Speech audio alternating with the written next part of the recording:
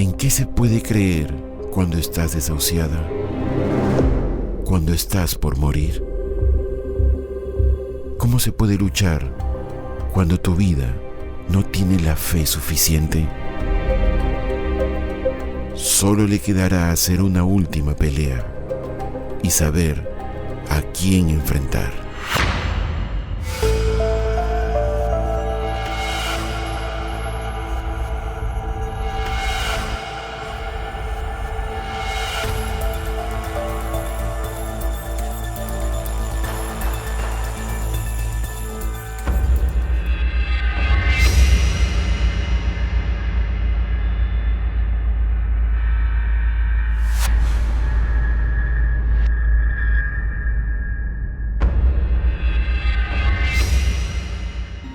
Toda mi vida fui una persona muy deportista, era una persona llena de vida, practicaba vóley, fútbol, pero mi fuerte era la lucha libre y era una deportista de competencia.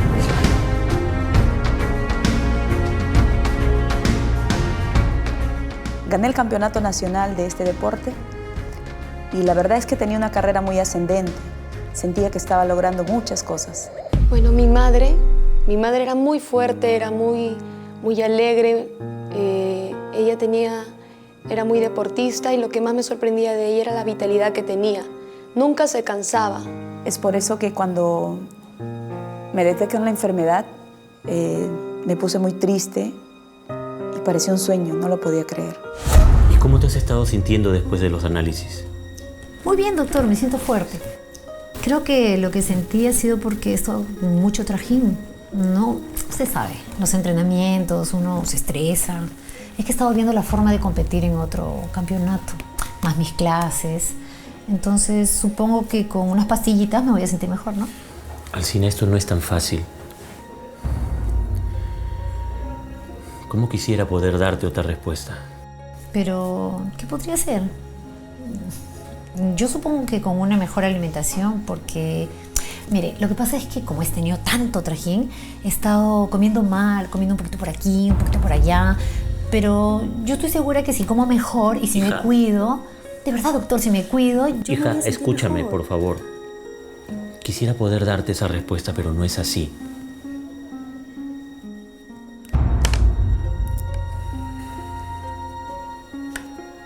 Se ha detectado una insuficiencia renal. Esto ha ocasionado un desorden en todo tu cuerpo. Tienes el colesterol totalmente elevado, la presión alta, la creatinina alta. Esto lo veo bastante delicado, Alcina. Tengo que darte un tratamiento especial. Esto no es cualquier cosa, Alcina, quiero que lo entiendas. Y vas a tener que dejar por un momento el deporte. ¿Qué? ¿Dejar el deporte? Tus riñones no están funcionando bien. No están filtrando bien la sangre ni las toxinas. ¿Qué? Pero yo me siento bien, yo me siento fuerte, yo soy deportista. Esto no puede estar pasando, esto es un error. Esto no me puede estar pasando a mí. No hay error, hija. De verdad lo siento mucho. El médico me dice que tienes que iniciar una diálisis. Me dice, posiblemente te haga un trasplante de riñón.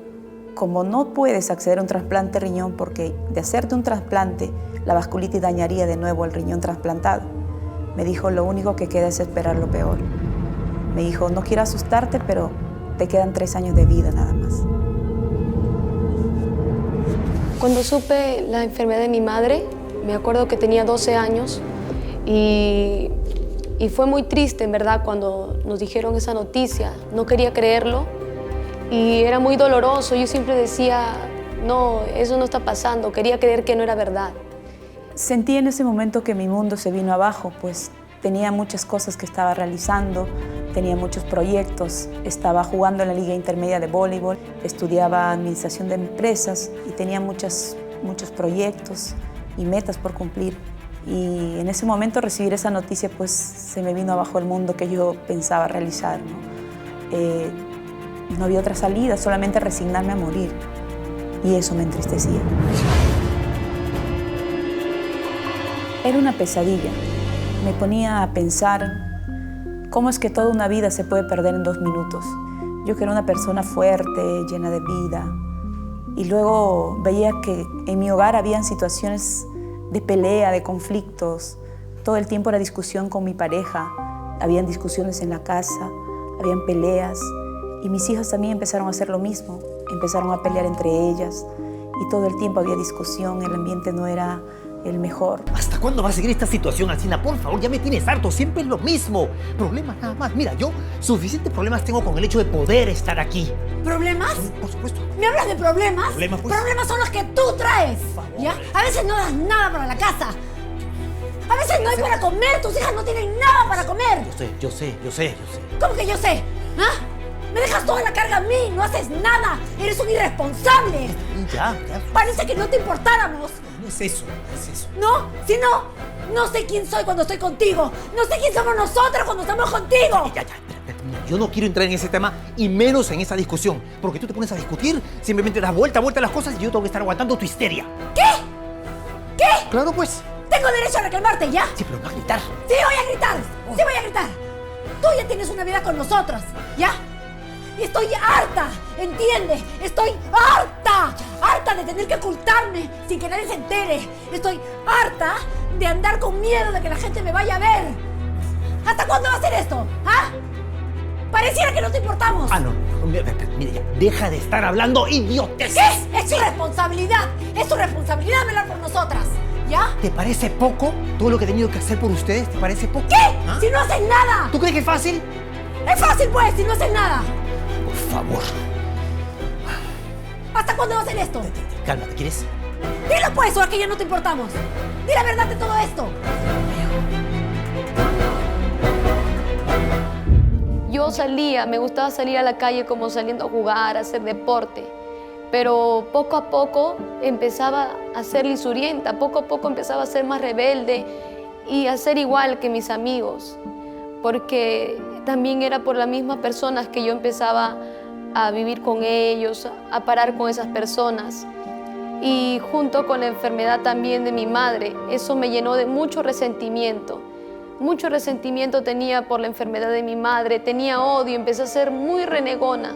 Y también tenía resentimiento hacia mi padre, porque muchas veces él no se daba cuenta, pero hería mi corazón. Tal vez no me decía a mí, pero le decía a mi madre. Y yo cuando le escuchaba que le hablaba así a mi madre, eso hería mi corazón. Y yo le guardaba un resentimiento, aunque él no lo sabía. Comencé a ser una persona muy mal geniada, muy malhumorada. Empecé a gritarles a mis hijas, empecé a golpearlas, sobre todo a la mayor, la trataba muy mal.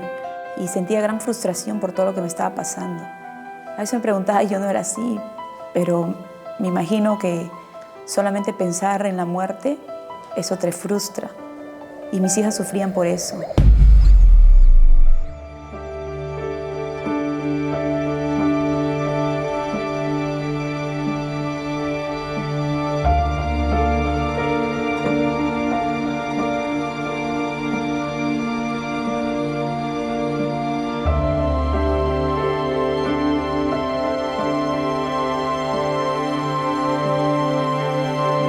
De verdad lo siento mucho. Tengo derecho a reclamarte, ¿ya? Sí, pero no a gritar. Sí voy a gritar. Sí voy a gritar.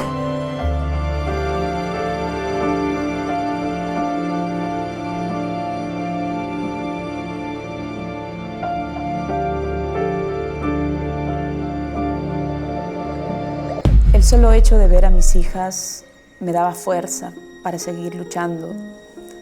Pero me preguntaba por qué yo era así, por qué yo trataba así a mis hijas. Pues yo era una persona muy amigable, muy jovial, muy divertida. Jugaba mucho con ellas al principio. Pero me imagino que el hecho de saber que vas a morir y que ella no va a estar presente en sus vidas, te cambia todo.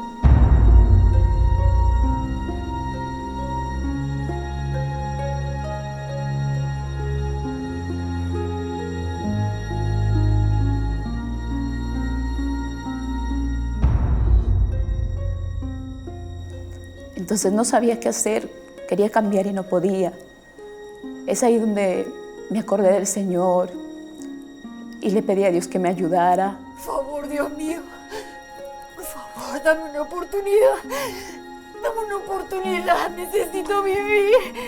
No lo hagas por mí, hazlo por mis hijas. Por favor, Dios. Escúchame, por favor. Porque no quería irme aún. Porque sabía que tenía que estar con ellas, que me necesitaban. Y le preguntaba, ¿por qué, Señor? ¿Por qué me pasa esto? Y lo que encontraba siempre fue un silencio. Pero en el fondo yo sabía por qué me estaba pasando, porque yo había sido infiel a Él. Y yo, conociendo su palabra, me desvié y me involucré en una relación adúltera. Y lo que es más, yo no podía reclamarle nada a Dios porque Él ya me lo había advertido. Hija, debes de reflexionar, debes de entender que esa relación no es buena para ti. Estás yendo en contra de Dios. Pastor, pero yo lo amo y Él me ama a mí. Pronto va a regularizar su situación. Él va a dejar a su mujer porque no la quiere. Tienes que hacerme caso. Él tiene hijos. ¿Has pensado cómo van a quedar sus hijos? ¿Su esposa? No seas la causante de ese daño. Ese hombre te va a hacer infeliz. Ese hombre te va a maldecir la vida. Pero es injusto, pastor. ¿Hasta cuándo voy a estar postergándome? Pastor, yo lo amo y Él me ama a mí. Que usted no esté de acuerdo conmigo no quiere decir que yo esté mal. Lo que uno siembra, eso cosecha. Él me había hablado ya, porque Dios no te habla de una sola manera, Él siempre te habla de diferentes formas.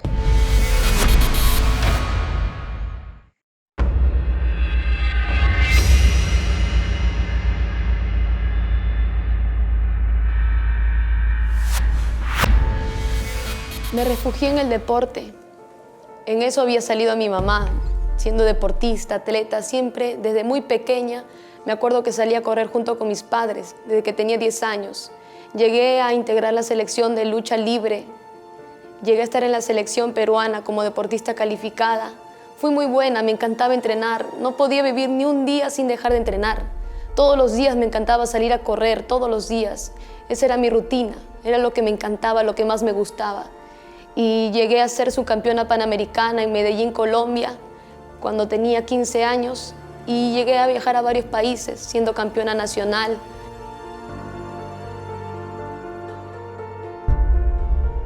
Pero a pesar de tantas mis medallas, mis logros, tantos triunfos, incluso reconocimientos de las personas, admirándote y los amigos, pero nada de esas cosas me hacía feliz. O sea, era por un momento cuando yo ganaba, cuando yo luchaba, cuando hacía mi deporte, ahí me refugiaba. Pero de ahí cuando llegaba a mi casa no era igual. Incluso venía a mi mente que mi madre aún seguía empeorando, estaba enferma y se iba deteriorando más su salud. Y el doctor ya le había dicho que tenía solamente 3 años de vida. Después de separarme con el padre de mis hijas, me involucré en una relación con un joven. Él era muy bueno, muy amable conmigo, me ayudó mucho. Esta persona me inyectó más alegría, más ganas de seguir luchando contra mi enfermedad. Y ante esto, pues recibimos una noticia que me devastó. Es que nos enteramos que él padecía de cáncer de estómago.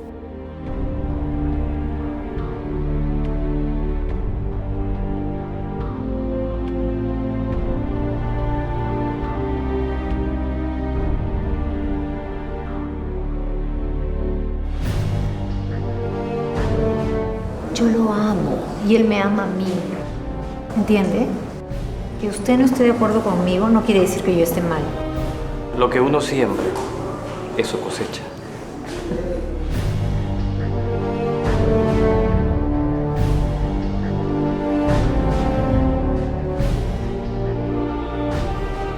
Pero un mes antes de su muerte, él no permitía que lo vea. Él me dijo que me iba a llamar todos los días. Pero una semana antes que él fallezca, perdí todo contacto con él. Me enteré a través de un amigo en común.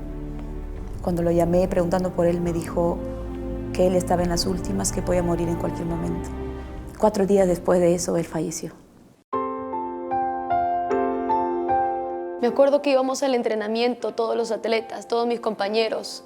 Ese día me acuerdo que me senté y estaba mirando por la ventana. De pronto me acuerdo que un joven atleta se para y nos testificaba a todos, nos decía cómo él había sido antes. empezaba a testificar del amor de Dios y decía que Cristo cambiaba, que Cristo te podía perdonar, que había un Dios que te amaba, que Él nos veía. Cuando Linda regresa de Cuba, regresó diferente, muy cambiada, y nos sorprendió a todos. Y vino diciéndome: mamá, quiero ir a una iglesia. Yo te voy a llevar a una iglesia donde es diferente a todas. Yo por orgullo no le había contado que yo era cristiana de joven. Y entonces dejé mi orgullo de lado y le dije ya. Desde que comencé a entrar, sentí como si el Señor mismo nos estaba recibiendo. Sentí su presencia, sentí su amor, su perdón. Era como si estuviéramos caminando sobre algodones. Era como si me sintiera flotar. En los tiempos más difíciles, cuando hay problemas, es cuando más tenemos que clamar a Dios de todo nuestro corazón, humillarnos y postrarnos de rodillas ante Él, porque esa es la forma que a Dios le agrada.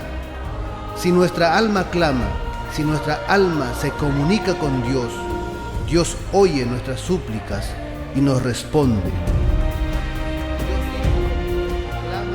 Y cuando escuchamos el sermón, nos decía cuánto nos amaba, que nunca nos había dejado y que Él perdonaba todo error, todo pecado, que Él no veía nuestra debilidad, no se acordaba de nuestra indiferencia con Él.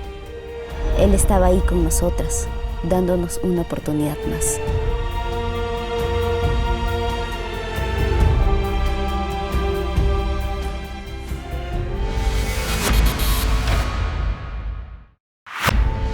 Tuve mucha paz por mí y por mis hijas, porque sentí que el Señor nos había perdonado, que nos había limpiado, que estábamos restauradas. Era algo especial porque cuando salimos sentimos que caminábamos como en algodones, como que flotábamos, y era algo tan hermoso. Empezamos a seguir luchando por mi hija mayor, que todavía no se había convertido, y no nos dejábamos en ningún momento. Le decíamos tú y yo, las dos juntas, en el camino del Señor hasta la muerte, porque yo sentí que el Señor me estaba dando una nueva oportunidad. Y así fuimos luchando todos los días, congregando. Pero a pesar de estar yendo a la iglesia, me sentía cada vez más débil, sentía que mi enfermedad iba avanzando y que el tiempo de vida que el médico me dijo estaba terminando ya. Y me sentía cada vez más débil.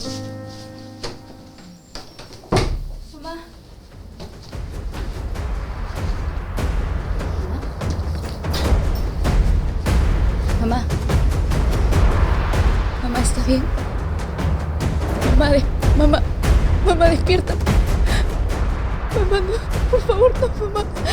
Mamá, no nos dejes, por favor.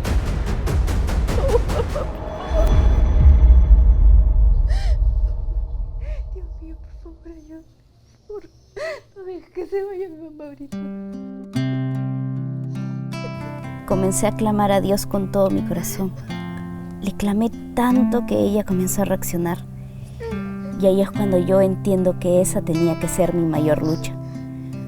Yo, que había sido campeona de tantas peleas, recién entendía que la verdadera era en lo espiritual, que ahí es donde se dan las más grandes batallas, y la victoria la obtienes con ayuno y oración, porque nuestra lucha no es contra carne ni sangre.